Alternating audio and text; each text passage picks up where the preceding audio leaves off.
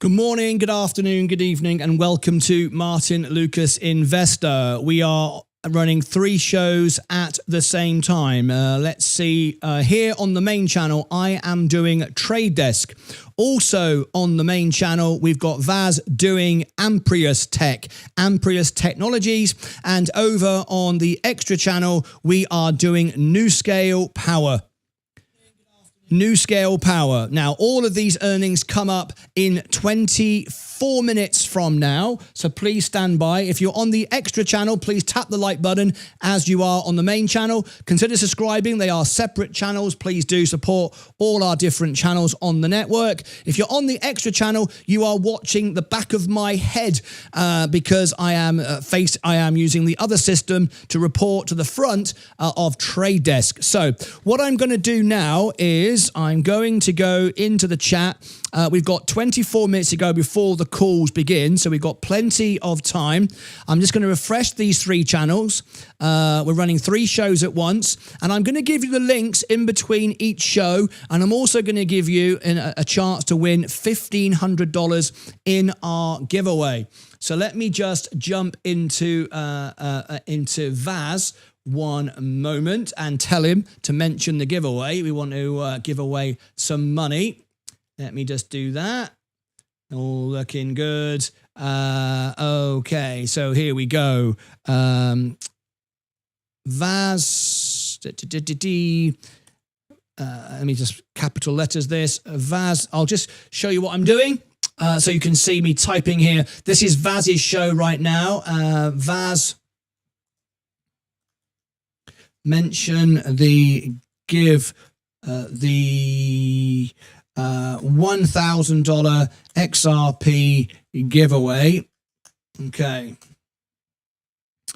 So there you go. Now then, I'm just going to grab a couple of fees. We've got time. We've got plenty of time. Trade Desk starts in 20 minutes, 22, and NewScale starts in 22 minutes. So we've got time to build this up. We've got all the time in the world. Now we're here. And I'm also watching, I'm keeping my eye as well on XRP and crypto. It's going. It's going. We're up. Look at this. Absolutely great.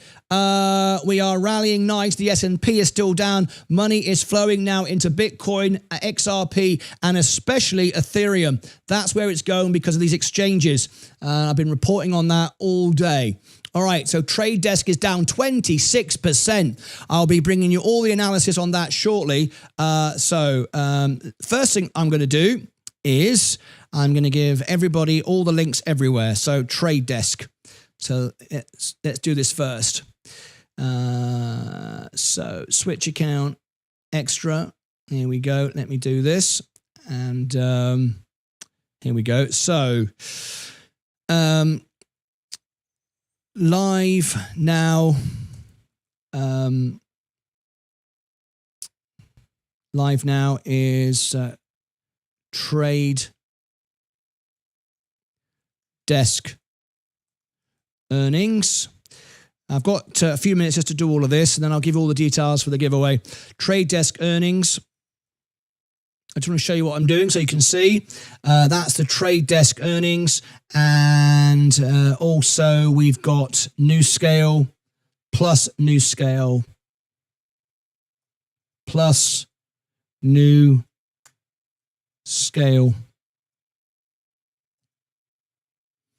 Let me just drop this in. There we go. So giving all Vaz's audience so they know we're here. There we go. Let me just get that out of the way.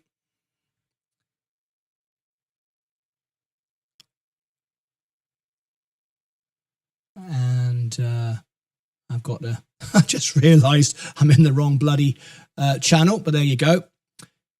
Let me pin that to the top. Pin message. Okay, that will do. So that one's there. And I'm going to give everybody here the link as well. So let me come back to here. And I'd like you to go and check out the sort of multiple streams. It's really kind of, there shouldn't be an echo. Was there an echo there? Let me do that again.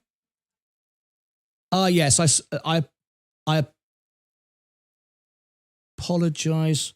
Yes, I apologize for that. I just realized there was a echo there. I've taken care of that. And that should be sorted. Yes, I do apologize for the echo there. I'm running 3 shows at once because everybody's requesting earnings.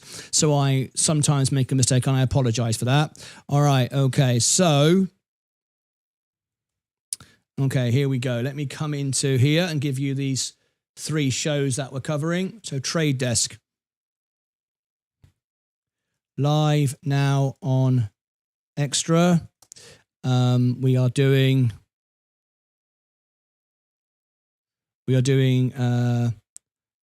New Scale. If you're listening in on Extra Channel, the New Scale hasn't started yet. We've got 19 minutes to go.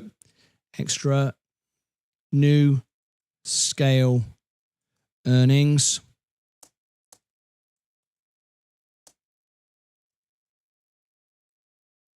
Also live here.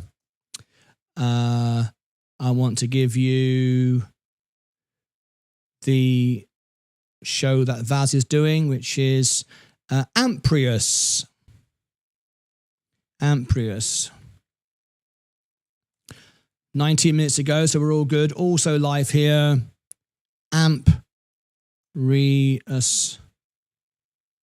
We're watching closely our crypto. I'm waiting for some text to come in. Amprius earnings.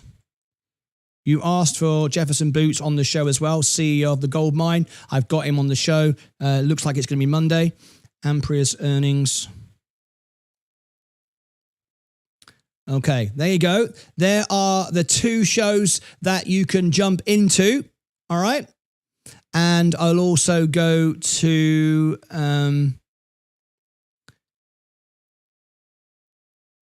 New Scale, and I shall give you guys some options as well. So here we go. There's Trade Desk.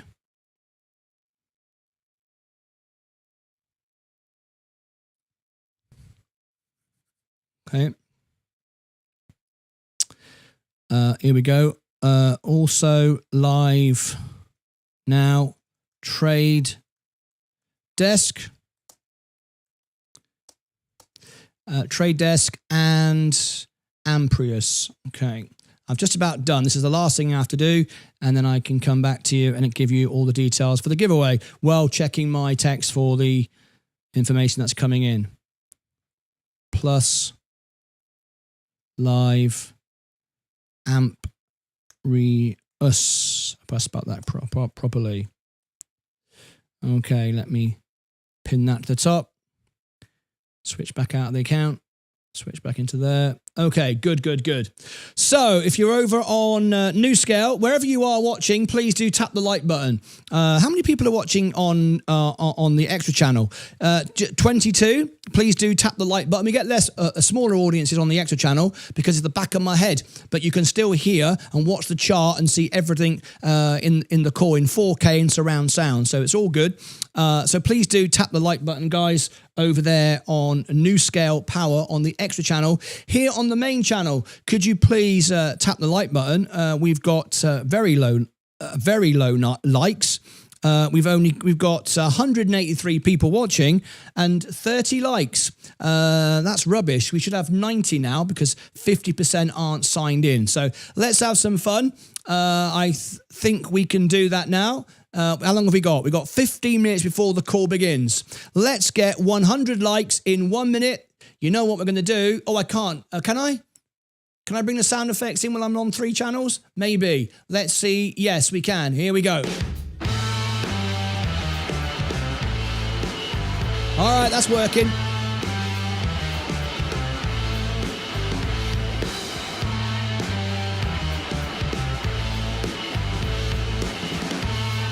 How many people are watching? Let's have a quick look.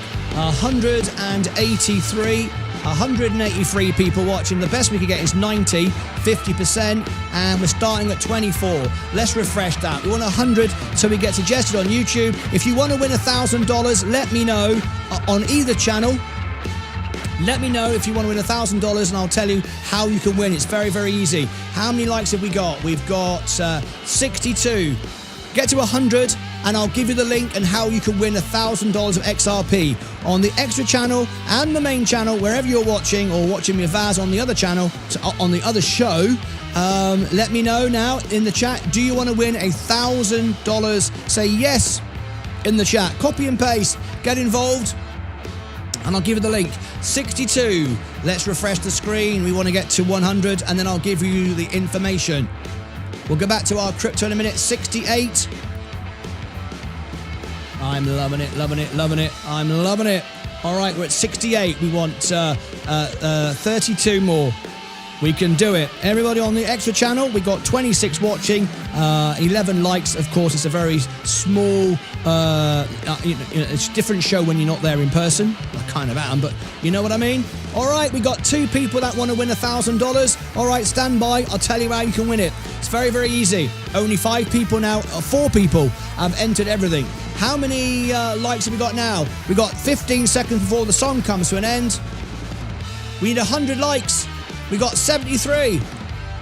Come on, let's go, go, go, go, go. We need just a couple more likes. 73. Well, I haven't got time. I've got to move on. Let's get rid of the Mr. Likey. A quick look at our XRP, our crypto. So we have XRP still going up. This is great to see. Wonderful stuff. I hope it goes to $1,000 just so I can give 1 coin away. That would be hilarious, wouldn't it? Ethereum, that's outperforming everything today. I told you why, which is great. And Bitcoin also up, but nowhere near like Ethereum today. What about that for a perfect trade? Okay, so what we're going to do now is give you... Did I get anyone say yes? Yes. We got a few people want to know how to win the giveaway. Okay, so what we're going to do now, let me end this poll. I've got a poll running over here. I shall end the poll. We don't want the polls just left dead. Otherwise, they're flipping useless. I'm going to Vaz's poll as well. Let me end the poll there. Okie dokie. And the extra poll, let me just end that as well. And then I'll give you the information. So stand by. Here we go. 10 seconds. Let me just end the poll on extra. Everyone's had a chance to vote. And undecided, you want to know about the stock, which is great. That's exactly why you are here on an earnings call. Let me end the poll. Poll ended.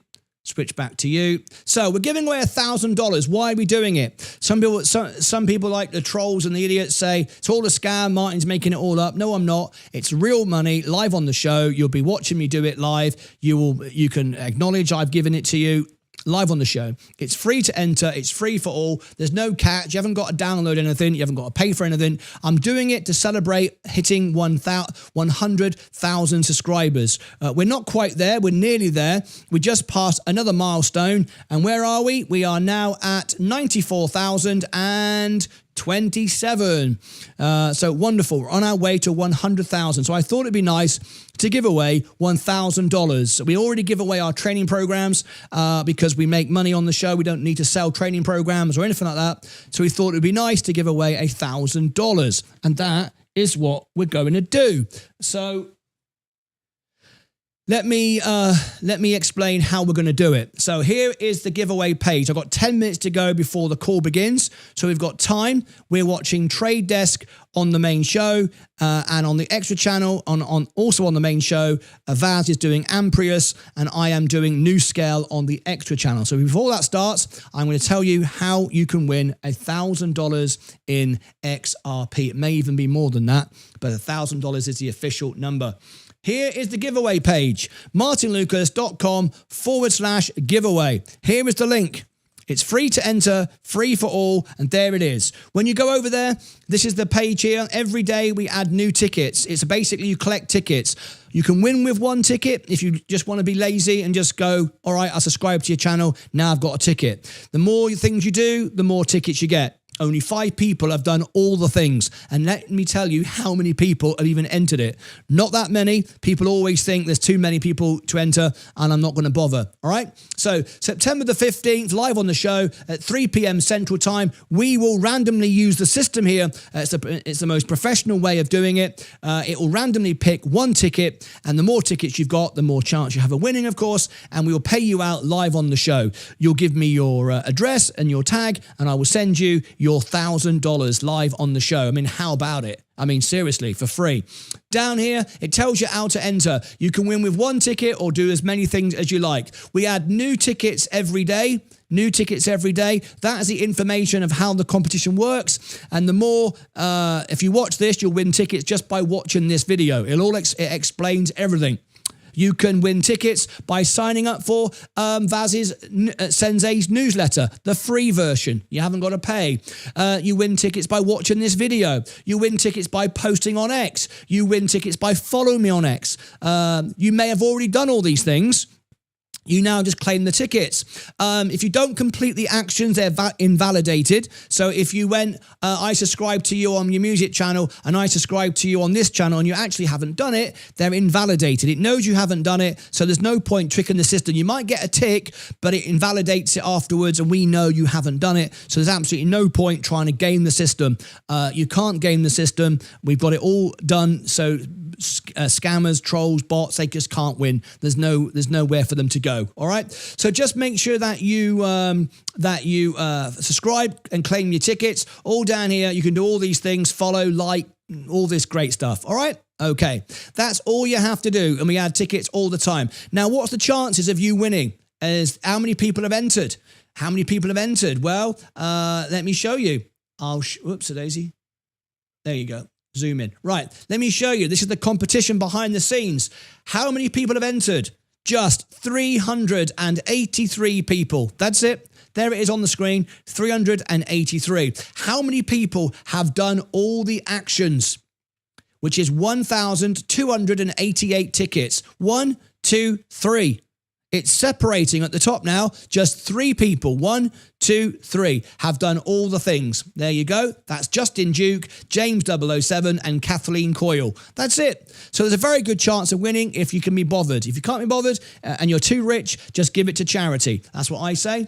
Anyway, there you go. That's how you enter our giveaway. Now then, we've got 8 minutes to go. Trade Desk. Let's get back to Trade Desk, and also let's get back to New Scale Power.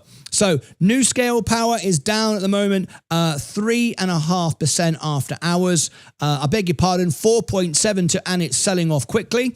Let me just go and check I've got the correct call for New Scale. Stand by, New Scalers. I'm just going to double check now for you. There is the event. Let me refresh it. Let me refresh it. Unmute it.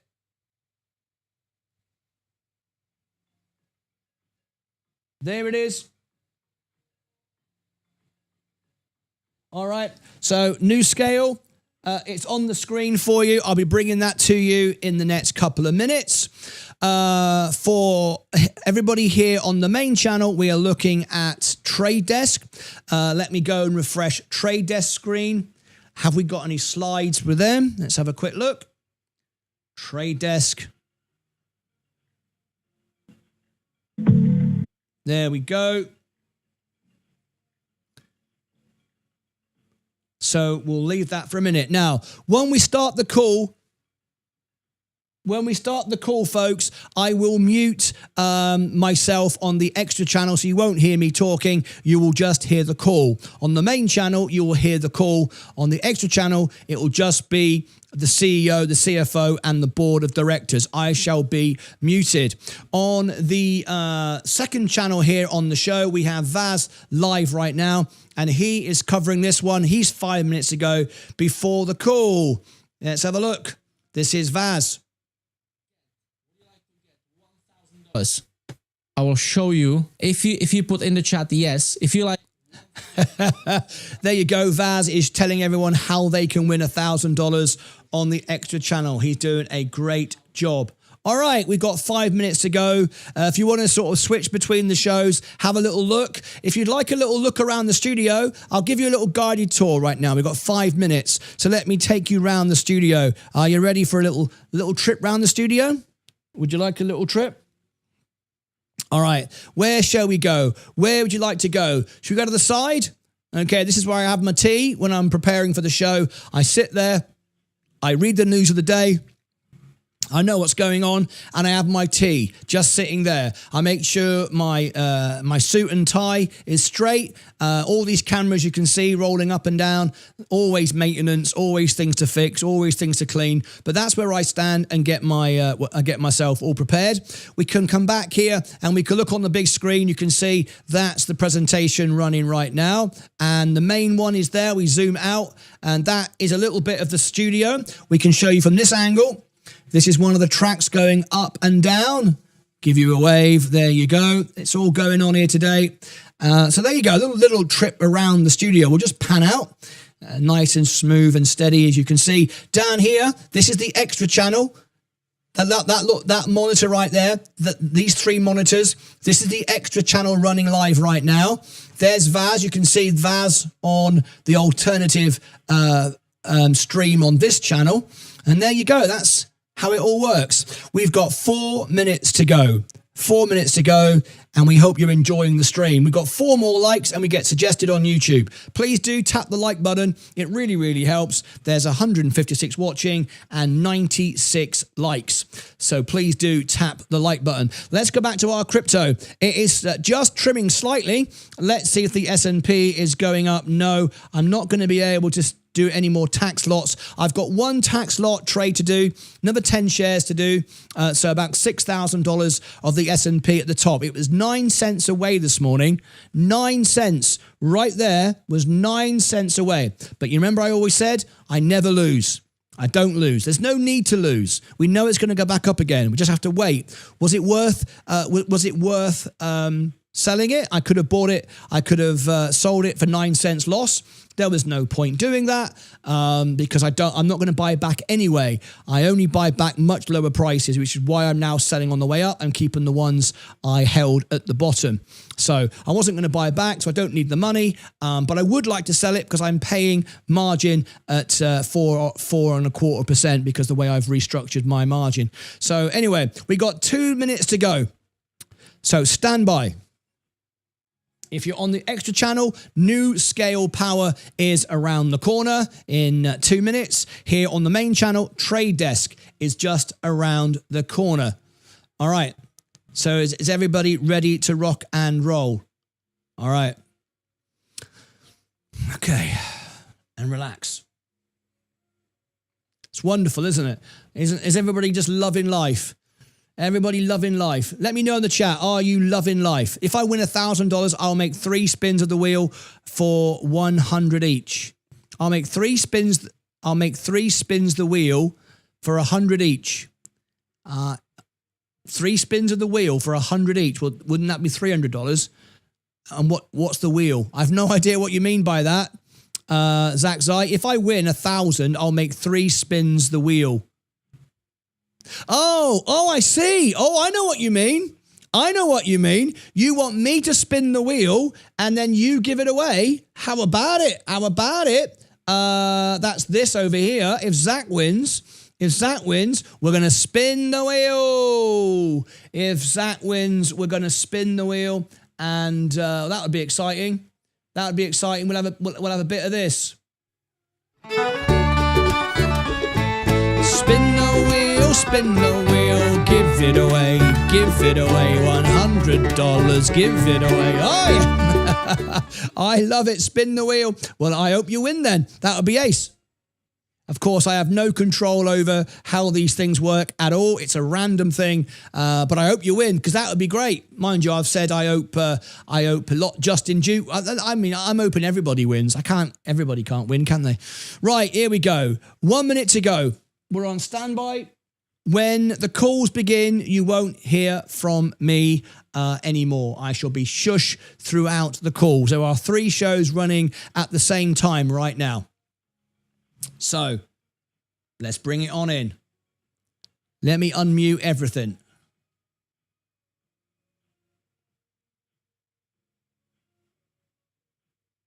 Hey, hang on. We've got a glitch there.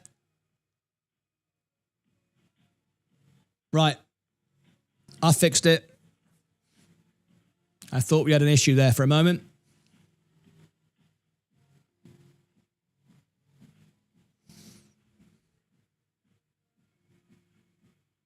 Okay. Stand by. Both calls are running at the same time. Which one will start first? It's like, which one starts first? I just have to jump really quick. Here we go.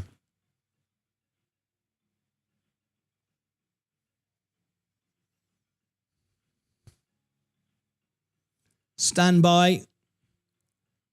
I'm listening to both calls. Both calls are ready and primed.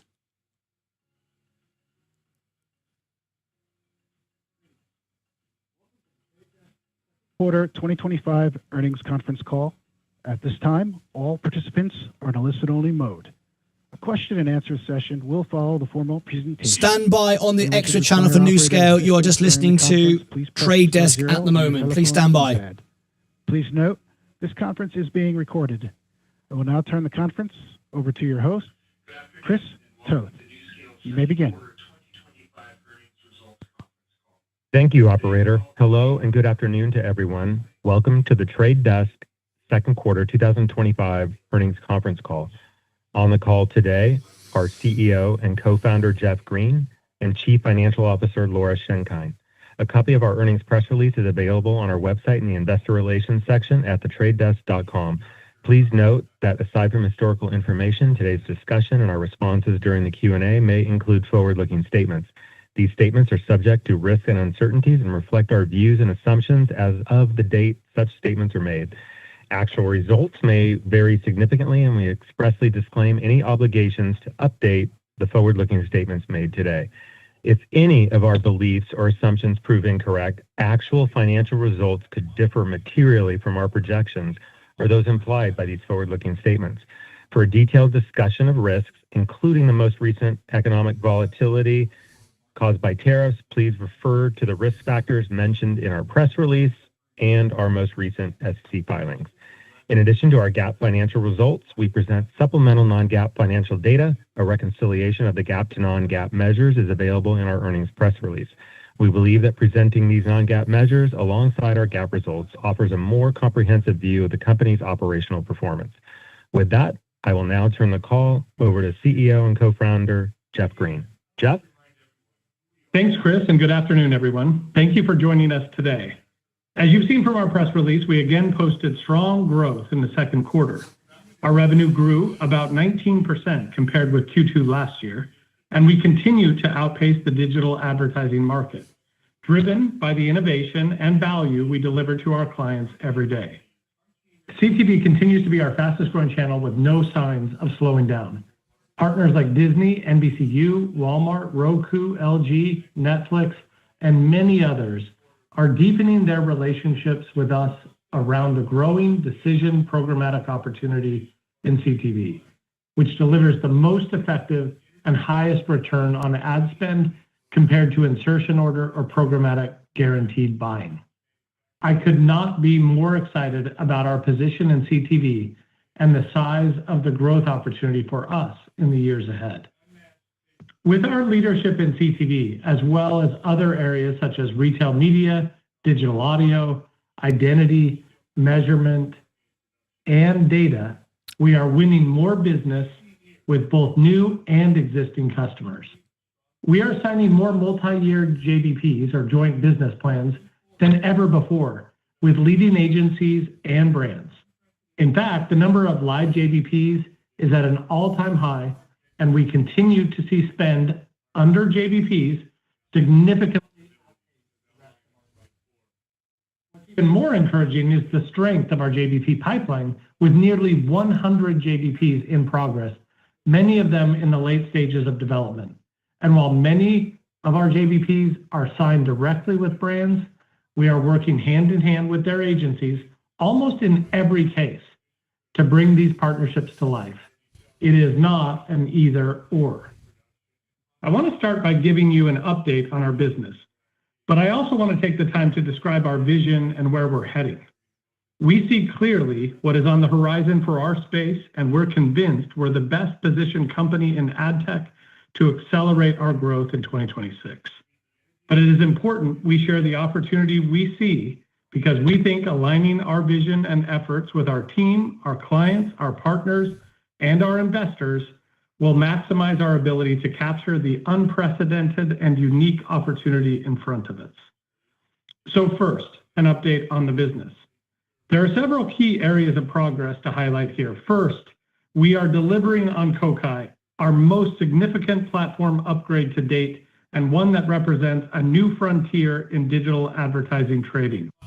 Kokai gives advertisers unprecedented power to drive precision and relevance in everything they do, all powered by the industry's most advanced AI technology, Koa. We have injected AI into so many parts of the system that clients that have adopted Kokai have seen tremendous performance improvements. Samsung was able to drive a 43% improvement in reaching its target audience for an omnichannel campaign in Europe. Cash Rewards saw a 73% improvement in cost per acquisition for campaigns in Asia using Kokai. In the aggregate, we are seeing more than a 20-point improvement across key KPIs for campaigns running in Kokai. What's even more encouraging is that clients who have transitioned the majority of their spend on Kokai are increasing their overall spend on the trade desk by more than 20% faster than those who have not. This is precisely what we believed was possible when we launched Kokai. Advertisers are getting meaningfully better returns on their ad dollars, and they are doubling down on the open internet and on us as a result. Around 3/4 of all client spend is now running through Kokai, and we expect all of our clients to be using Kokai by the end of this year. Second, we are trying to create the most efficient supply chain possible for digital advertising, and we are seeing great progress with OpenPath. OpenPath allows publishers to directly integrate with the trade desk if they choose to, and it enables publishers to see more clearly how much our clients are willing to pay for their ad impressions. And it gives our clients a direct line of sight into what they are buying. And today, a material amount of spend on our platform is now flowing through OpenPath, and it is doing exactly what we expected. OpenPath is both a canary in the coal mine and a stalking horse. We don't expect 100% of spend to flow through OpenPath, but we do expect it to, one way or another, make the supply chain better and more efficient. And the benefits have been exceptional, not just for our clients, but for the publishers too. By providing our clients with clearer signal, they have more confidence in what they're buying, and they're typically willing to buy more. We have a long-standing partnership with News Corp, for example, and the New York Post has been one of the pioneers of OpenPath, and they've seen a 97% boost in their programmatic display revenue as a result. Also in the journalism field, Hearst newspapers have adopted OpenPath and has seen a 4x improvement in their fill rate since deploying it. As Amanda Gomez, SVP of Revenue Operations and Ad Technology at the New York Post said, and I quote, "The New York Post is always striving for ways to simplify our connection to advertisers to help fill our ad spots more efficiently and transparently.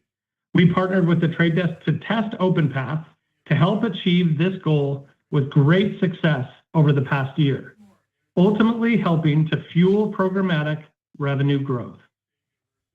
OpenPath is not an attempt by the Trade Desk to get into the supply side of digital advertising. We're not getting into the yield management business. Our clients are exclusively the buyers. OpenPath is simply an effort to improve the quality of the supply chain for everyone in the ecosystem. Key to our supply chain work is our Sincera acquisition earlier this year. We have already made a tremendous amount of supply chain data available to the ecosystem for free via Open Sincera. There, anyone can log in and see the quality of advertising on thousands of publisher sites. Since launching Open Sincera just a few weeks ago, We've already had many publishers contact us to say they didn't realize some of the quality dynamics of the ad experience on their own destinations, and they are improving those ad experiences as a result. But as important as Open Sincera is, I'm even more excited to embed the full scope of Sincera data across our platform as one of the most important metadata sources and signals for the way that we value individual impressions and work on behalf of the buyers. For instance, we might see the same ad impression from hundreds of supply paths. We don't want to burden our clients with figuring out which one is best, and it is not efficient to manage that challenge by defaulting to deals. Instead, Kokai does that work for our clients, leveraging AI and data from sources like Sincera, so advertisers can obsess about buying the right impression rather than the delivery mechanism. But I do want to talk about deals for a second. One additional innovation that will help accelerate our supply chain work is Deal Desk. It is one of the major final pieces of Kokai, and it is in beta now. Deal Desk leverages AI, especially AI forecasting, to reshape how we think about deals between advertisers and publishers and intermediaries such as SSPs. It helps advertisers and publishers understand how deals are performing, how they are pacing, whether the right impressions are being delivered, and so on. But perhaps just as important, when deals are underperforming, Deal Desk will help those deals get back on track, and it will showcase open market and premium internet alternatives. We are seeing very strong appetite for Deal Desk across both advertisers and publishers. Everyone recognizes the limitation of deals and wants innovation that can help improve them. Disney is one of the first publishers to lean into Deal Desk. Jamie Power at the Walt Disney Company has said several times over the past couple of years that they intend to shift 75% of their ad revenue to biddable programmatic by 2027. I'm thrilled that our innovation will help them achieve this goal. And she said when talking about Deal Desk, and I quote, "As more buyers shift toward biddable activation, we're focused on ensuring they have the tools, access, and flexibility they need to drive results. Our relationship with the Trade Desk reflects our commitment to meeting advertisers where they are and evolving how we transact to deliver greater efficiency and performance," close quote.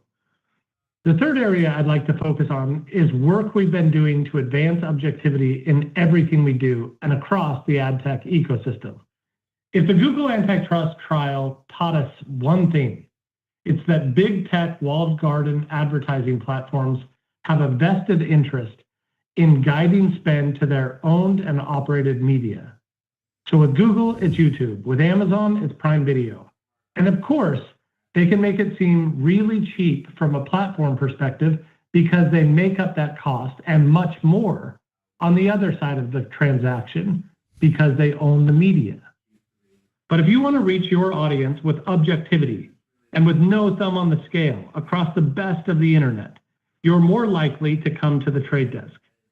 We're seeing more and more clients understand the importance of objectivity and the power of the premium open internet to reach their target audience as precisely and cost efficiently as possible.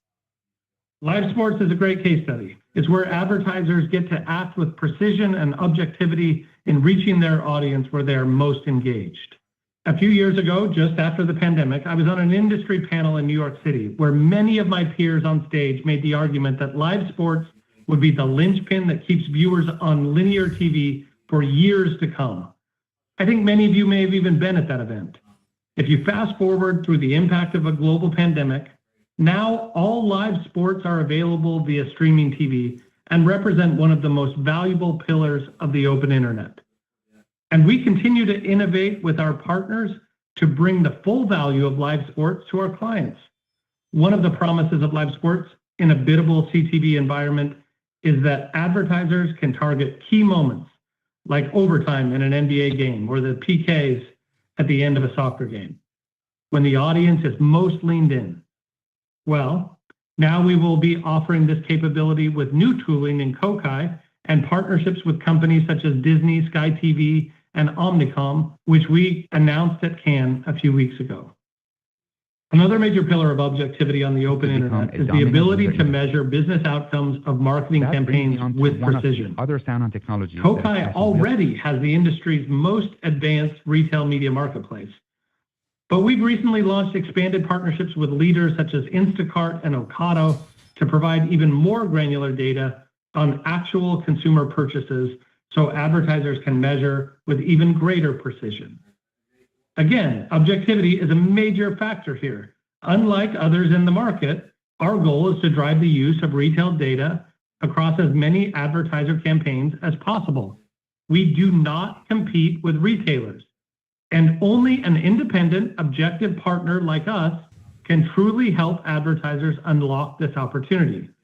In Q2, a record amount of spend was influenced by retail data, both on our platform and on the Walmart DSP, as more shopper marketing budgets flow into programmatic. And fourth, I'd just like to reiterate that underpinning all of our success this year is a strong focus on operational rigor. This includes strengthening our leadership team. As you know, Vivek Kundra joined us as our COO in March. I'm also pleased to announce here that Alex Kayyel will be joining as our new CFO. You may know Alex as he's on our board, but his relationship with this company spans over a decade, initially as an early investor in 2014. He's also been a leader in the digital space for more than 2 decades.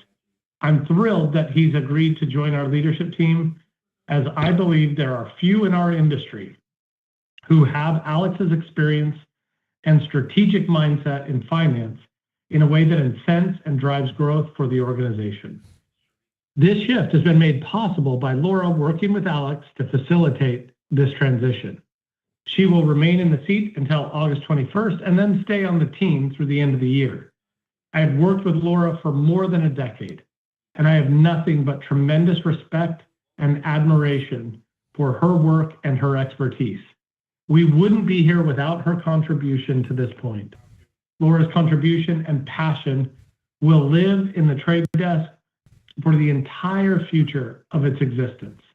I love that we joined the S&P 500 during her last full quarter. What a milestone, and what a note to end on. We are also enhancing the board of directors, and I couldn't be more excited to announce that Omar Tawakol will also be joining the board. Over the years, Omar has been one of the real innovators in ad tech, whether it was founding Kokai in 2007 or more recently founding Rembrandt, one of the leaders in creative AI in advertising. I look forward to his innovator's vision as a part of our board work. In addition to strengthening our leadership team, we have improved the structure and clarity of our go-to-market organization, particularly in how our media traders, account management, and business development teams work together. This ensures that our clients experience the full power of our platform with clear roles and responsibilities across our teams. Lastly, I think this is a unique and important moment to remind our investors, our clients, our partners, and the rest of our industry about our mission, our vision, and our collective opportunity. Global advertising is a trillion-dollar industry today, and that TAM is all up for grabs. Additionally, AI is changing everything and creating new opportunities. Quality AI requires quality data, and to trust AI-driven buying long-term requires objectivity. A black box that just sells owned and operated media will struggle far beyond what ad networks have struggled with for decades. Our vision is to define clearly the category of a DSP. Access is not at the core of our value proposition, simply getting access to inventory. Database decisioning and measurement is at the core of our offering. Some have mistakenly thought our ambitions are about display. Some have mistakenly thought our ambitions were only about CTV or branding budgets. Our goal is to buy the entire open internet objectively for buyers, big and small. We've started with the biggest, and we serve them well. We think we've done the best job in the history of ad tech of aligning our interests with buyers. This enables them to trust us with their data. On that topic, one of the biggest flaws with walled gardens is that they measure their own performance. We believe it is in the best interest of every retailer, including Amazon, to have the measurement of the open internet based on something more auditable, more independent, and more transparent than what happens today. We've partnered already with hundreds of retailers around the world to measure in this more objective way. Our retail partnerships play a very significant role in making it so that the premium open internet gets the first dollar of budget and not the last dollar. There are a tremendous number of inefficiencies in the open internet supply chains for both media and data, and we have big plans to change those. AI is currently changing the world. It is also changing the world of advertising and media buying. There are so many specific tasks where AI can massively level up the status quo.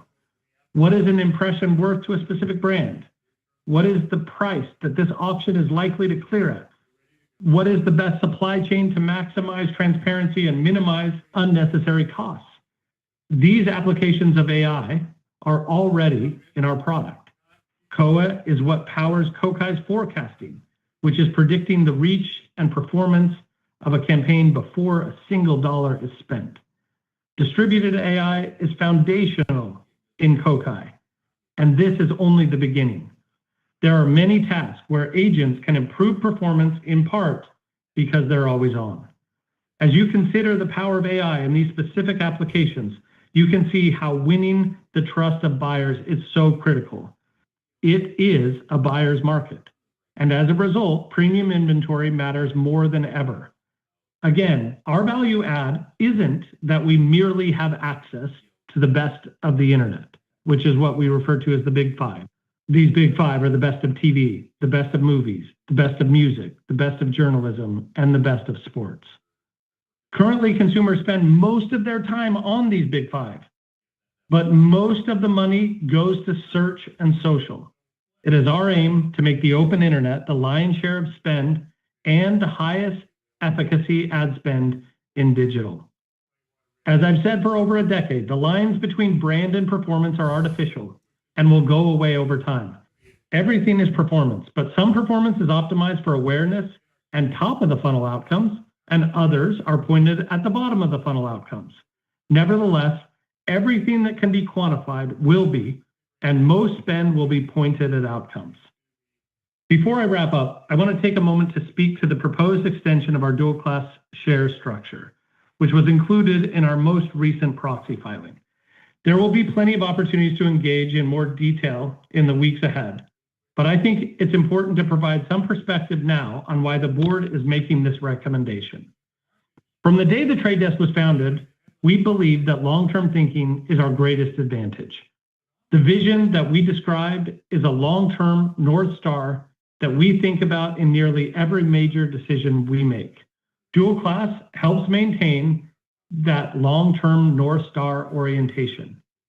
When we went public in 2016, we chose a dual class structure because we knew building something transformative, something that could truly redefine the open internet, would require conviction, patience, and freedom from the short-term pressures that weigh on public companies or are the one-size-fits-all approach often promoted by some governance analysts and major proxy advisory firms. Our belief has proven correct. Since then, we've grown from below a $1 billion market cap to about $40 billion today and included in the S&P 500. We've helped shape the future of identity with UID2, built leadership in CTV and retail media, expanded globally, and invested in innovations like Kokai, Sincera, and our TV operating system, all of which require decisions that didn't pay off in a quarter or even a year, but instead positioned us to lead for years to come. We're now at another inflection point. Breaking news, the digital breaking advertising news, landscape breaking news, the biggest news, XRP, the Ripple case is over. The Ripple case has ended. Sensei is going live at the end of this call. Huge news. Decade will be pivotal in determining the winners and losers in our space. Here it And that goes. staying true to our long-term vision is more important now than ever. This proposed extension isn't about entrenchment. Holy moly. It's about ensuring that the founder-led strategy that got us here can continue to guide us forward. We deeply value the trust our shareholders have placed in us, and we remain committed to earning it. Breaking news, XRP Ripple case is over. Sensei is going live in a minute for a special event. XRP is pumping. The Ripple case is over. Sensei will cover it live. We brought you this first. It's a world exclusive. Enjoy, folks. We'll see you back for the live stream on this channel, on the main channel very soon. Bye-bye for now. We're confident it will buy better than every other platform pointed at the open internet. We have always prioritized helping brands find their target audience with precision and relevance across the breadth of the open internet. The Trade Desk empowers brands with the tools to control and own their own future. Got my brain. I'm doing 4 shows at once. We do that by prioritizing objectivity in everything we do and with a relentless focus on driving a clean, transparent, and competitive marketplace. I believe it's these principles and the performance they ultimately drive that attract major brands to our platform. And it's our dedication to those principles that's keeping them here. All of this positions the Trade Desk to lead through what we believe will be another defining period of growth. We're building right now for this next chapter, not just for this year, but for the long-term future of the open internet. AI is yet another force separating the great platforms from the weak ones. We've proven time and again that our alignment with advertisers, our focus on innovation, and our commitment to transparency and objectivity sets us apart. And with the upgrades we've made across our company, our platform, and our partnership, I'm more confident than ever that the Trade Desk will continue to capture more than our fair share of this growing market. With that, I'll hand it over to Laura to walk through the financials. Thank you, Jeff, for the kind words, and good afternoon, everyone. I've been at the Trade Desk since 2014, and I'm proud of what we've accomplished together, from our early days as a startup to going public to joining the S&P 500. It's been an honor to work alongside and as part of the leadership team. There were and are so many talented people across this company. I've also truly valued the relationships and conversations I've had with many of you in the investment community over the years. As I transition to a new challenge, I leave knowing the company is in a As strong we listen to position this, for the future. folks, as we listen Our to finance this, and accounting teams are as capable everybody and energized as repost ever, the biggest and I'm committed to news supporting in a the smooth crypto transition for space. Alex as he steps into the CFO Everybody role. repost this I met now. Alex. The breaking news for XRP. Everyone repost this.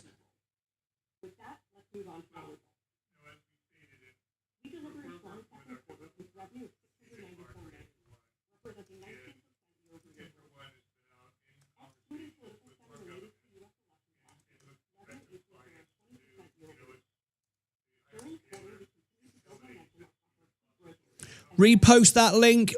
I'll give you tickets for reposting it later. Biggest news. Media, fueled by the continued shift into decision channels for buying TV and the rapid adoption of retail media across verticals and regions. With over 70% of spend now on Kokai, we continue to see strong results from the new platform. We look forward to completing the Kokai transition and continuing to innovate on behalf of the industry and our clients.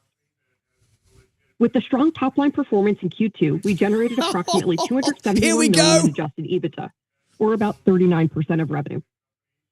From a scaled channel perspective, CTV led our growth again during the quarter. In Q2, video, which includes CTV, represented a high 40s% share of our business and continues to grow as a percentage of our mix. Mobile represented a mid-30s% share of spend during the quarter, while display represented a low double-digit share and audio represented around 5%. Geographically, North America represented about 86% of spend and international represented about 14% of spend for the quarter. We're pleased that international growth once again outpaced North America as we continue to execute our growth playbook globally, led by CTV.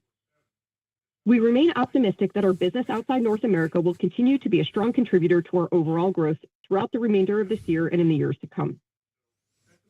In terms of verticals that represent at least 1% of our spend, we saw double-digit growth in the majority of our verticals, with particularly strong growth in technology and computing and medical health. You're welcome. We just brought you breaking news before anyone. We're below average. Sensei will be live in a minute. Significant opportunities for us to gain share in all of the verticals we serve. Turning now to expenses. Q2 operating Straight to expenses, $10. excluding stock-based compensation, were $448 million, up 23% from a year ago. During the quarter, we continued to make investments in our team and platform, particularly in areas like platform operations, as the AI and machine learning tools embedded in Kokai continue to drive greater campaign performance. Income tax expense was $43 million in the second quarter, driven primarily by our profitability and stock-based awards. Adjusted net income for the quarter was $203 million, or 41 cents per diluted share. Net cash provided by operating activities was $165 million, and free cash flow was $117 million in Q2. DSOs exiting the quarter were 91 days, up 1 day from a year ago. DPOs were 77 days, up 2 days from a year ago. We ended the quarter with a strong cash and liquidity position. Our balance sheet had about $1.7 billion in cash equivalents, and short-term investments at the end of the quarter. In Q2, we used $261 million of cash to repurchase our Class A common stock via our share repurchase program. Sensei is live. Given our strong Vaz balance is sheet live. and I'm consistent live. cash flow 3 generation, streams on the same we channel plan at to continue once. opportunistic share repurchases while also offsetting dilution from employee stock issuances. Turning to our outlook, assuming the macro environment remains stable and we don't see disruptions from large global brands, which make up a significant portion of our business due to tariff uncertainty, we expect Q3 revenues to be at least $717 million, reflecting 14% year-over-year growth. Excluding the benefit of U.S. political ad spend in Q3 Focus on the trade desk. Our estimated growth rate in Q3 of this year would be approximately 18% on a year-over-year basis. We estimate adjusted EBITDA for Q3 to be approximately $277 million. In closing, we are pleased with our strong performance in Q2 and throughout the first half of the year. The opportunity ahead has never been more compelling. We're operating in a large and expanding market, supported by a business model that consistently delivers strong top-line growth, solid profitability, and healthy cash flow. I remain confident and optimistic as we look to the second half of this year and beyond. That concludes our prepared remarks, and with that, operator, let's open up the call for questions. Certainly.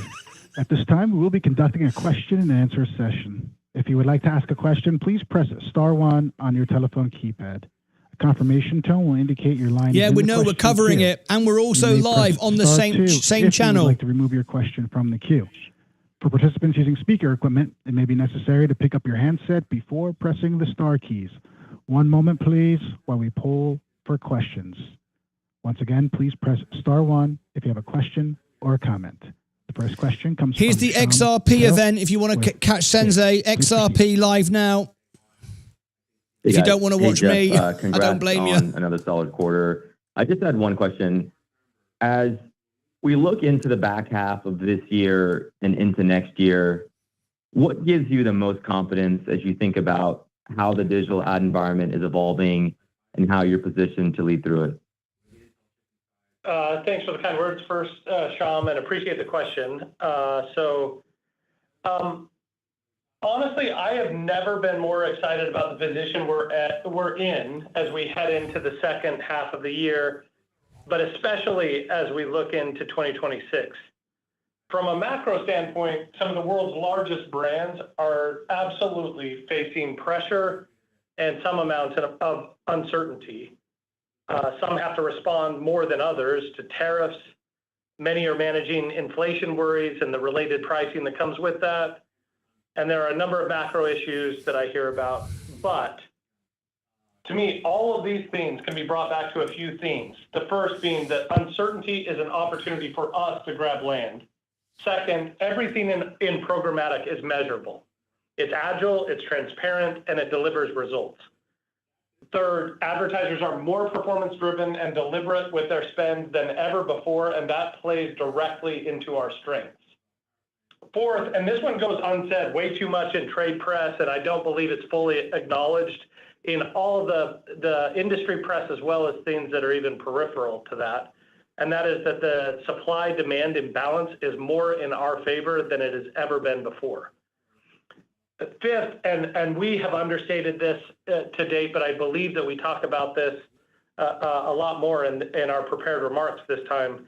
We sit on top of one of the most underappreciated data assets on the internet, and frankly, in the world. And given that we do in 30 seconds as many transactions as Visa and MasterCard do in a year, if you add them together, and that quality data is now feeding an AI engine that helps the biggest buyers in the world sort out the most complex supply chain they've ever faced in advertising, that means our data plus AI creates an amazing opportunity for us, for the open internet, and for the biggest brands in the world. And then sixth, which is somewhat related to that supply and demand imbalance that I mentioned, consumers spend more of their time in the premium open internet than they do inside of walled gardens. And premium advertising performs better. And yet more ad spend goes to walled gardens. To me, this represents a huge opportunity. As one employee said recently who joined our company, something to the effect of, I joined Trade Desk from Facebook because I believe TTD and the open internet have a bigger TAM than Facebook has, and obviously a lot more unrealized upside. And I believe all of that stuff put together is the reason why we continue to take share. You can see that in the CTV upfronts this year. Many advertisers, you could even say most advertisers, prioritize flexibility over full year commitments. And that is a benefit to 500 tickets I'm giving away for a limited time. Repost that. The biggest post ever on our channel. To see amazing 500 tickets being given away right now. We're also seeing great traction for a limited time. Media, and our joint business plans have more JBPs under negotiation than we've ever had before. And the spend within those JBPs are actually growing significantly faster than the overall spend on our platform. As you know, internally, we're leveling up, not just in our product, but across the company, people, process, product, systems, and the coordination between product and engineering has been improved dramatically, and that's accelerating the innovation and product velocity to unprecedented levels. We expect all clients to be using Kokai by the end of the year, and Deal Desk continues to gain traction. With Vivek joining as our COO, we're also doubling down on operational rigor by strengthening senior leadership and improving go-to-market discipline. On the supply chain, we're driving efficiency across the ecosystem with innovations like OpenPath and our integration of Sincera. As Google continues to pull away from the open internet, that creates a vacuum which we're stepping into. Stepping back, it's more of a buyer's market than it's ever been before. Large publishers need partners like the Trade Desk to win. And as Google and Facebook have largely abandoned the open internet, the Trade Desk is the largest source of third-party demand for many publishers around the world.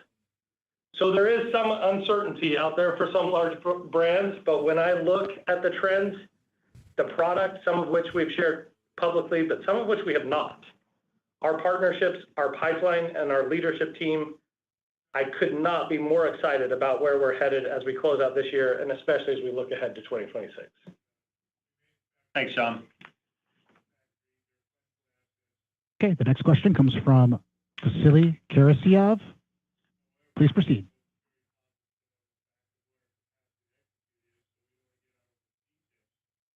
You're up, Vasily. Vasily, your line is live.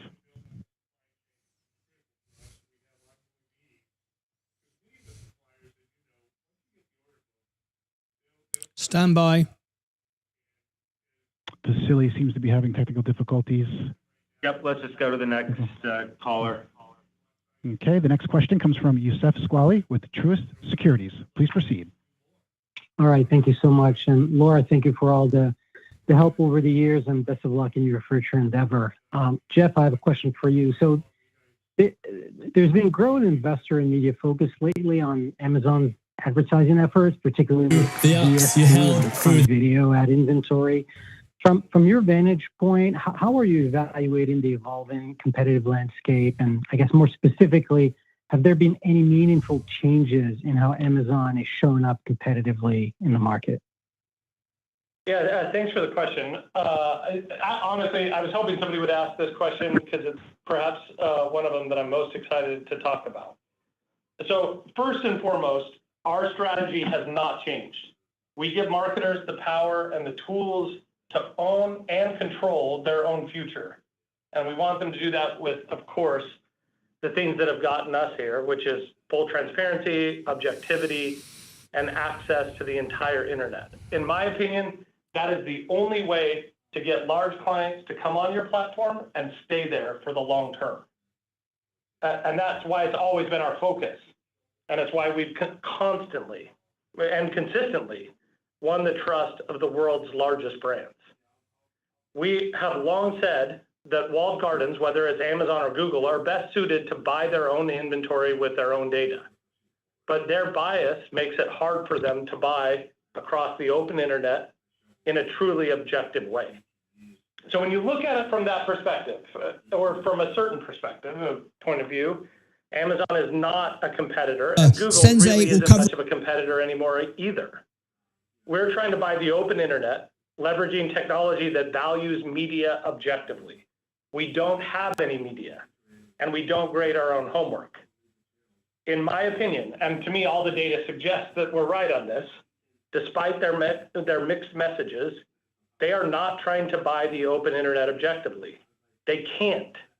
They have way too much Prime Video supply to sell to ever honestly pitch large brands to objectively buy the open internet. They push sponsored listings most and Prime Video after that. Neither of those compete with us, which is why I say that we're not really trying to compete with Amazon. When they argue that their DSP, which is not even their top advertising priority, let alone the core of their business, when they argue that that's objective to the biggest advertisers in the world, I believe they weaken the rest of their advertising pitch and they weaken the strength of their AWS pitch. A scaled independent DSP like the Trade Desk becomes essential as we help advertisers buy across everything. And that we have to do that without conflict and without compromise. It is my understanding that Amazon nearly doubled the supply of Prime Video inventory in the recent months. That creates a number of conflicts. And in my opinion, it further weakens their already shaky arguments about objectivity. But if that weren't enough, Amazon already competes with many of the world's biggest advertisers in categories like retail, CPG, and cloud, which makes it difficult for those brands to fully trust them as a partner. And when you add in concerns around trust, especially data trust with AWS, it becomes even more challenging for Amazon to credibly position itself as a neutral or even a higher bar, objective platform. We're already seeing the shift as major brands have been reallocating spend toward the Trade Desk for years, precisely because of our independence and objectivity. So to be clear, if you insist on calling Amazon a competitor, we compete with a tiny division of Amazon. We don't compete with Amazon.com or retail. We certainly don't compete with AWS. We compete with whatever small amount of spend goes to the Amazon DSP that isn't spent on Amazon owned and operated. I think Amazon is more of a potential partner, honestly, than it is a long-term competitor. If Amazon opens Prime Video to external demand, which I believe they should, we believe we'd be an amazing partner to drive demand to them, and it wouldn't surprise us if that were to eventually be the course that they choose to take. But to sum up, while we watch them closely and we know exactly what they're doing, we are playing in a very different sandbox. Ours is focused on decision media, precision, identity, and outcomes. They're still primarily focused on pre-negotiated deals that lack an open identity solution like UID2. None of their strategic decisions or investments suggest that they're trying to buy the open internet objectively or even that is a priority. I'm very optimistic about where we're headed, especially as the overall TAM continues to grow. I believe the bigger TAM of advertising will always be pointed at the open internet, and that's why we're focused on that. Thank you so much for the question. Thank you, Jeff. Next question is from Vasily Karasyov with Cannonball Research. Vasily, please proceed. Hi, can you hear me now? Yes. Welcome to the call. Fine. Apologize for what happened before. Jeff, you work with nearly all of the world's biggest advertisers, and Laura in her prepared remarks mentioned the uncertainty because of the tariff situation, and we also heard names like P&G, Kimberly-Clark, Ford, Volkswagen talk about this uncertainty on their earnings calls. So my question is, how do you see that dynamic playing out in terms of ad spend in the remainder of the year, and how are you factoring that into your Q3 guidance? Would appreciate color on this. Thank you. First of all, great question, and I also really appreciate just the framing in your question because I think it exemplifies some of the pressures and some of the companies that are facing pressure. If we look at how the last year has progressed, Q4 was relatively stable, though you could see signs of volatility beneath the surface, particularly against the backdrop of what seems like a long time ago, but was a fairly contentious election cycle. That pressure intensified in Q1 with growing concerns among the largest brands and agencies, which of course make up the vast majority of our business. In Q2, starting right at the beginning of April, some of the biggest brands, particularly in sectors like auto and CPG, which are of course meaningful categories for us and for the Fortune 500, they began to experience even greater volatility. But since then, things have stabilized. I think it's important to know. Things are more business as usual. However, the impact of tariffs and related policies on these businesses are very real. And you've heard that in earnings calls if you listen at all. There is an important point that we haven't made enough, I think, in our prepared remarks, and I don't know that this is fully appreciated about the difference between us and many other businesses in digital advertising. Most others rely heavily on SMBs, and our platform is largely concentrated on the large global advertisers. So we see the effects that are directly impacting them. So I would argue that this is a short-term negative, which, by the way, this fact that we concentrate on the large ones is not generally a negative. It is almost always a positive, but just in this moment, it's negative because of how uniquely they're being affected by the tariffs and related policies. But the reason I am so bullish is that in volatile environments, these things have historically accelerated the move to programmatic precisely because it comes with control, agility, and performance. When advertisers become more deliberate and performance-driven, programmatic is at its very best. That's the very best that we can offer to them, and that's when we're doing our best work for them. So because programmatic, which really is just a fancy word for fast-paced and data-driven, is measurable, because it's measurable, it allows us to win share. So we also see some tailwinds that I think are important to point out. The number of joint business plans we have with major advertisers continues to increase, and the spend under those JBPs is growing significantly faster than the overall spend on our platform. Agility and flexibility matter more than ever. Objectivity matters more than ever. And that's been especially evident in the CTV upfronts, where many advertisers are opting for flexible commitments over full year deals. And that shift continues to play into our strengths. So while I'm mindful that there are some macro backdrop and there is a lot of pressure on some of the biggest brands in the world, we are confident that our combination of programmatic and our position in the market puts us in the very best spot heading into the second half of this year and, of course, into 2026. So thank you so much for the question. Thank you. Up next is Justin Patterson with KeyBank. Please proceed. Great, thank you. And best of luck to you, Laura, with the next steps. Jeff, could you please elaborate on the progress with Kokai, both from a product perspective and from the engineering changes you made late last year? And then related to that, can you also talk about the ROI you're seeing from some of these AI capabilities embedded across the platform, whether it's algorithms or some of those agentic use cases that might emerge over time? Thank you.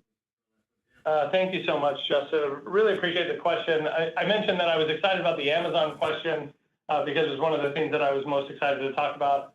The one that I was most hoping for, though, is honestly this question, because there is nothing that I'm more excited about in our business, both in the short term and in the long term, than I am all the product that we're shipping now, and especially the foundation that we've laid in Kokai for the innovation that can be built on top of it. So, that is largely connected to AI. And I am just so excited about what we're seeing already in the results that have come from AI and what that means for our future. Again, finally utilizing what I think has been one of the most underappreciated data assets on the entire internet. So first of all, the progress in the last few months has been amazing. The iteration on client feedback has been really rapid. and the releases, especially over the last month, have made Kokai truly the best ad tech platform ever pointed at the open internet. Kokai, of course, is the most significant platform upgrade in our company's history, and it really marks what I think is a new frontier in programmatic advertising, in part just because of the advent of AI and what's possible. We've injected AI into so many areas in our platform, like in forecasting, in campaign optimization, in supply path optimization, in predictive clearing, and in all of those places, it is already paying off. So to just give you a sense of some of the impact, clients who've adopted Kokai are already seeing dramatic performance improvements. Samsung saw a 43% increase in its ability to reach target audiences for an omnichannel campaign in Europe. Cash Rewards in Asia reported a 73% improvement in cost per acquisition. And across the board, Kokai campaigns are outperforming legacy ones by more than 20 points on KPIs. But even more telling are the clients who have shifted the majority of their spend to Kokai because they're increasing their total spend on the platform more than 20% faster than those who haven't. So those that lean in and try it, see results, and then they accelerate their businesses. Today, about 3/4 of spend is already flowing through Kokai.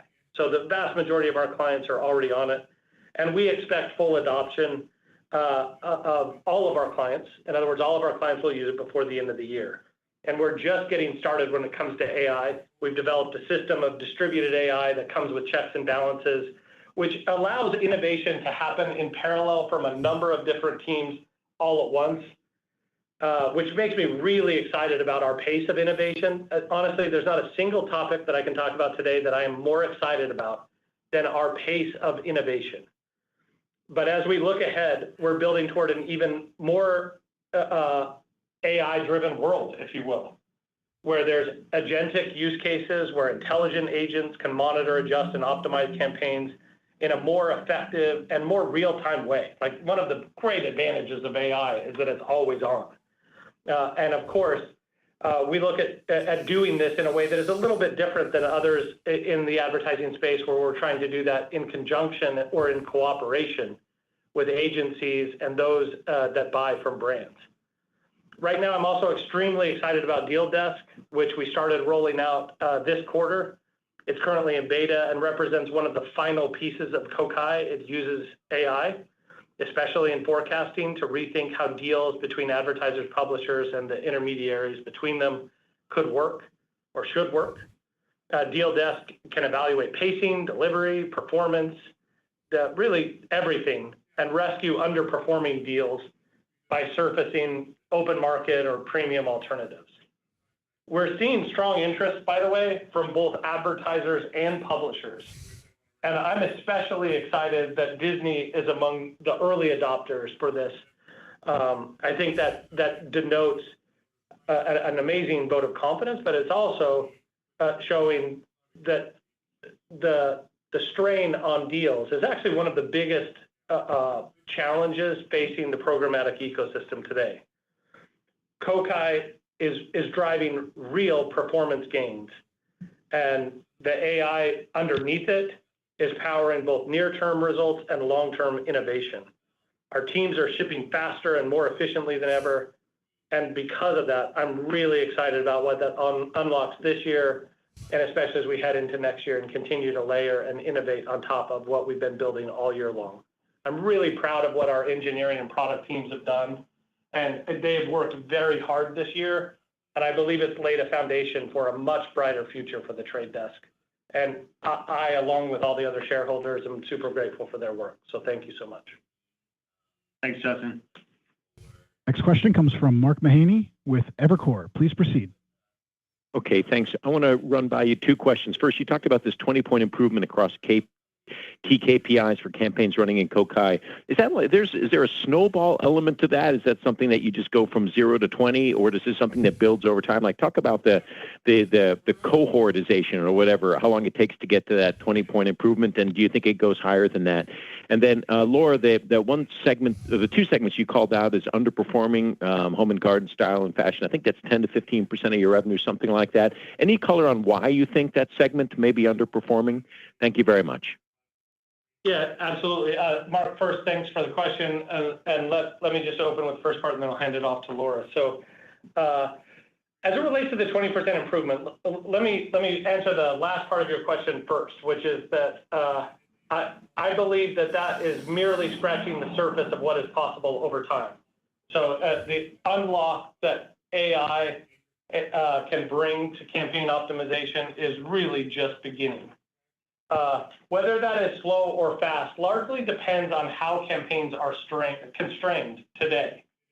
So while there is more supply than there is demand, there is often a bunch of settings on any individual campaign that make it so it really can't select from all the options that are the very best to help that perform. So essentially what we're creating is a dialogue between man and machine to make it easier for people to see what is constraining their campaign and what would be the unlock. It's not just simply give us your money and step away from the keyboard. The biggest advertisers in the world would never operate that way. So in order for us to help them own their future, we have to enable that dialogue, which is of course more complicated than just saying, give us your money and we'll take care of everything from there. So with that approach, sometimes the 20%, if you will, can be found immediately. And okay, guys, we'll end the stream now on the extra channel. Jump on the main channel. We got huge news. XRP, the case is over. Come and join us as we end this stream. I'm going to end it now. Just join us on the main channel. Thank you. We just need to continue to engage with them. And it's very quickly becoming that the tools are not the bottleneck. That's what we've been working so hard to build. It's actually the understanding, the engagement, the feedback, the reporting, the new way of engaging, which takes some time to learn, that is increasingly the bottleneck to them realizing that 20% plus. The plus is the part to underline there. So thanks for the question. Laura, your response to the second part. Yeah, hey Mark, thanks for the question. Of the categories that I mentioned, I believe the first of them was home and garden, and I would just say for home and garden, it's just more seasonal as summer moves on. That's only about around 8% of the business. If I recall correctly, the second category I mentioned was style and fashion, which is about half of that, like 4% of the business. There are just always some categories above the corporate rate and some below, and those were the two that I highlighted in the midst of the call. Okay, thank you. And congrats, Laura, on a great track record, 34 out of 35. That's amazing. So congrats, wishing you all the best. Thanks, Mark. Thanks, Mark. The next question is from Jessica Reif Ehrlich with Bank of America. Please proceed. Thank you. Jeff, while you make a passionate argument for the open internet, it seems like it's losing share when you look at the growth rate of walled gardens, including Meta, Amazon, Google, these big companies. How do you envision the share shift? The way you describe it, how do you envision the share shift in walled gardens versus open internet over the next few years? I mean, or is it just that CTV and retail media are just growing slower than walled gardens? And for, I guess, Trade Desk specifically, you talk about taking share. Look, who are you taking share from? Is it other DSPs or is it from the walled gardens? Thank you so much for the question. I'm really excited to answer this because I think you represent a lot of people in asking the question. And I think this is one of the most important, while I was excited to talk about Amazon and some of the other things, this might be the most important question for us to ask today or to answer today. So first of all, it is true that consumers spend more of their time on the premium open internet. And if you think about this from your own perspective, and I'll just speak for myself rather than everybody else, but I spend a lot of time inside of premium connected television. I spend a lot of time inside of Spotify and premium audio, and same with movies. And I grew up playing sports. I like watching sports a lot. When I think about that, and then you add journalism to that, I think about those big five that we described and the amount of time that's spent there, as well as where all the purchasing power is. And then I think about my interactions with YouTube, for instance, where I go there just like nearly everybody else does. But when I'm consuming content and there's ads there, I'm hovering over it to skip it. It's a very different engagement than I have with the rest. the premium open internet performs way better. It's way better for the biggest brands to be associated with it. So you can look at like the amazing performance that Facebook put up this quarter and say, well, aren't they gaining share? And I do think they're doing very well. And I do think they fully understand that of course, AI represents an opportunity to optimize. In some ways, they do have an easier assignment in that they have a nearly unlimited amount of supplies. People continue to spend time on Instagram, and they can optimize their supply chain and interact with SMBs and improve their margins. And I believe that those things together, because they're optimizing an ecosystem that they control, that is very good for them, and that's why they've done well in the short term. It is a much easier short-term assignment to inject AI into one destination or two destinations in Facebook and Instagram than it is to create better supply chains for the entire internet. And because we're doing that among the most premium parts of the open internet, it naturally takes a little bit longer, but it also comes with way more upside. So, and if you look at this long term, where do consumers spend most of their time? What is the content that they love the most? Where do those with purchasing power spend most of their time? And where is it best for the biggest brands in the world to affiliate? You get way more big brands in that big five, if you will, than you do in your scrolling on Instagram. And so as a result of that just very real phenomenon, I believe it's only a matter of time before the majority of spend is on the open internet and not inside of walled gardens. It's simply because they have an easier job. And also because they've taken the easy path, if you will, as it relates to measurement, which is it is easier to grade your own homework and not rely on anybody else to do so. But as we try to make it so that we're ensuring that we're actually selling and that we're in this for the long haul, it takes a lot more work to coordinate among hundreds or even thousands of companies to make the very best supply chain. But as great markets do, they always over time work out the inefficiencies. Those that navigate a somewhat convoluted supply chain to make it an efficient supply chain, I think of what Amazon has done in the retail business. And in a lot of ways, that's what we're trying to do to the media side of business. So that is a long haul, just like it has been for Amazon to do inside of retail. But they have changed everything by doing what they do well. And we are doing, I believe, the exact same thing to the media side of the open internet.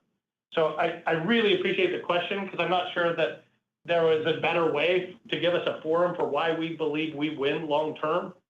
But I think it's really important to understand that we're playing a very different game and a long game.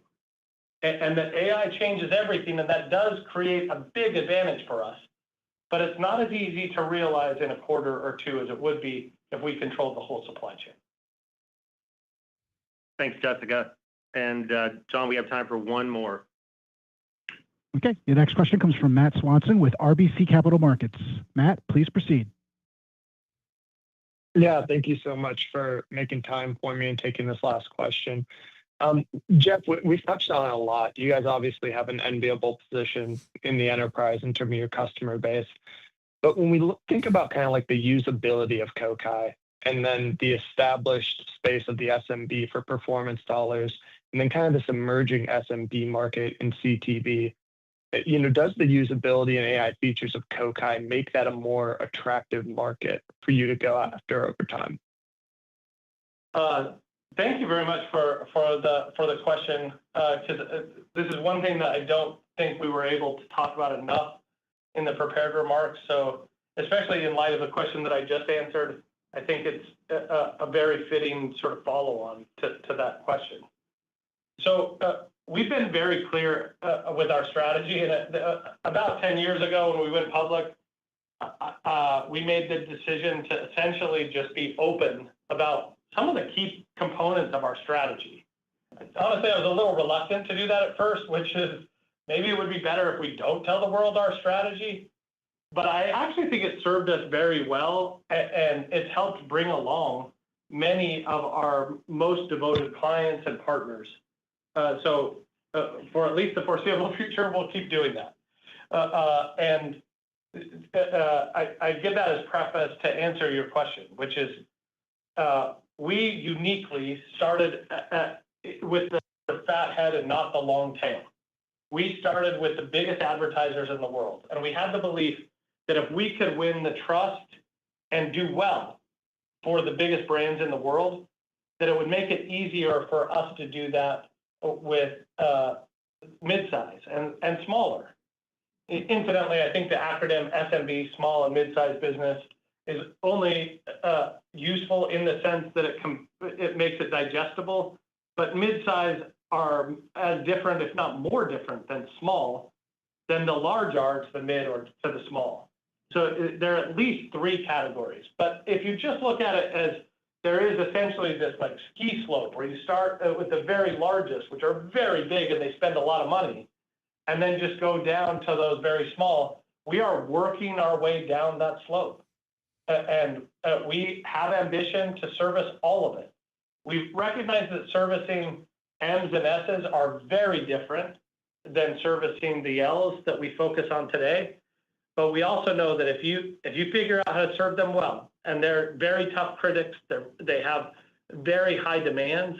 If you figure out how to service them well, then you can use those same tools. Of course, you get rid of all the questions and the dials that you give to the large ones, and even the visibility, and simply just perform for them. But taking out reports and taking out dials is a lot easier than starting with nothing as it relates to control that you can give to large buyers and then trying to add it on afterwards. But it is absolutely in our ambitions. It is where we're heading, but it is not our focus right now, because if you look at how much of the TAM is made up of the L's, it's almost half of it. So because there's so much TAM there, we just want to continue to support them and help them grow, and think that's a critical part of the future. And especially if you look at how much of CTV has been made up by those in the past, and will likely represent the lion's share for as far as we can see into the future, that becomes a great place for us to continue to grow for as far as we can see in the future. So while this is a part of our ambition, I don't believe that we have to go chase M's or S's in order for us to grow for the foreseeable future. We just simply need to execute among the clients that we already have and continue to expand. Thanks, Matt. And John, can you close out the call? Thank you. Absolutely. Thank you. This concludes today's conference, and you may disconnect your lines at this time. So there we go. That's the end of the call. It ended quite suddenly. So what we're going to do now is we've got lots to celebrate, lots going on tonight. We've got Sensei doing a party. I'm doing a party. We're all doing a party. What we're doing? We're celebrating XRP. It's now been dropped. The case has been dropped formally by the SEC. It's rallied. This is just the beginning. It's very exciting. We're always saying to you, though, do not buy the pump. You should already have been in. Be very, very careful. So what we're going to do now, we're going to have a bit of a party. You can go between me and Sensei. This is a huge, huge night for the channel, so we want to celebrate it. We've got on the extra channel, we've got the 24-hour XRP watch. Let me give you that link right now. Here is the 24-hour now watch of XRP. Was we ready for this? There is the 24-hour watch for XRP. Okay, this is where we're going now. Another new member. Hey, look at this. Sean Mullen has become a member on Extra. Thank you very much. We're now running 24/7 on Extra with the XRP information. There is where I'm live next. There it is in the chat. It'll take you there automatically as I end this stream in a second. I'm going to be celebrating. We're all ready to go with XRP. So let's get into it. Making sure all the streams are good. There I am. There we are next. There is the extra. There's so much going on at once. We're all celebrating for you. Everyone's making tons of money. It's wonderful to see that everybody who stayed with us is now winning over and over again. This is just absolutely fantastic. I'm making sure everything is in place. Everything is in place. Okay, so we're going to end this now, and I'm going to take you to party number 1. XRP is party number 1. It'll take you there. Let me give you the link again in the chat. It'll automatically take you there right now. There you go. All right, I'll see you right there in 10 seconds. Don't go away. Don't go anywhere. And then you can go in between Sensei and myself. We're going to be live, both celebrating in our own ways. We just want to give everyone all the different perspectives, as this is a historic night, not just for XRP, of course, but for crypto in general. It's a huge, huge win, which we knew was coming anyway, but it's just great to be part of it as it actually happens. All right, there we go. Let's get ready. Join me now, and then we'll go in between Sensei and myself for a major party. Don't go away. Bye-bye.